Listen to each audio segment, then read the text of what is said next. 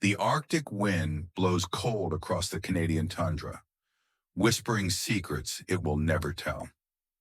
In November 1930, a man named Joe Labelle followed a familiar path to a place he knew well, a thriving Inuit village on the shores of Anikuni Lake. But on this day, he was met not with the sounds of life, but with a silence so profound it felt like a physical blow.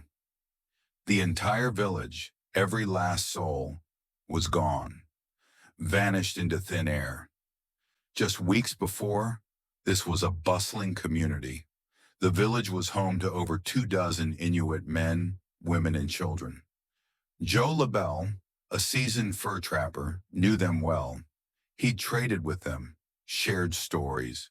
It was a place of laughter, of daily chores, of survival in a harsh but beautiful land. Life here was predictable until it wasn't. As Joe ventured further into the deserted village, the horror grew. It wasn't just that people were missing. It was how they had left. Fires had been carefully tended, with pots of food still hanging over them, now frozen solid. Vital tools and prized hunting rifles were left behind, unthinkable for survival in the Arctic. The community's sled dogs, their lifeline, were found tethered and dead, starved beside a stockpile of food.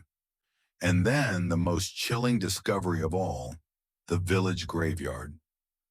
The stone-covered graves had been disturbed, not by animals but from the inside out, as if something buried had gotten out.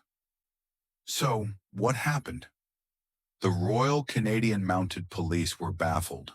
Their official theory was that the villagers had been forced to relocate quickly, perhaps by a rival tribe. But that didn't explain the uneaten food, the abandoned weapons, or the graves. But the local native people had their own older stories. They spoke of a malevolent spirit of the north, a Wendigo, a creature associated with winter, famine, and darkness. A force that could make an entire community simply disappear. The case was eventually closed, filed away as unsolved. No bodies were ever found, no evidence of a massacre. The people of Anakuni Lake were simply erased from existence, leaving behind only questions. Was it a human threat? A mass migration that went tragically wrong? Or something from the realm of legend? Something that walks the frozen forests when the wind howls just right? Some mysteries are not meant to be solved. They are meant to be remembered. What do you think happened to the village that vanished?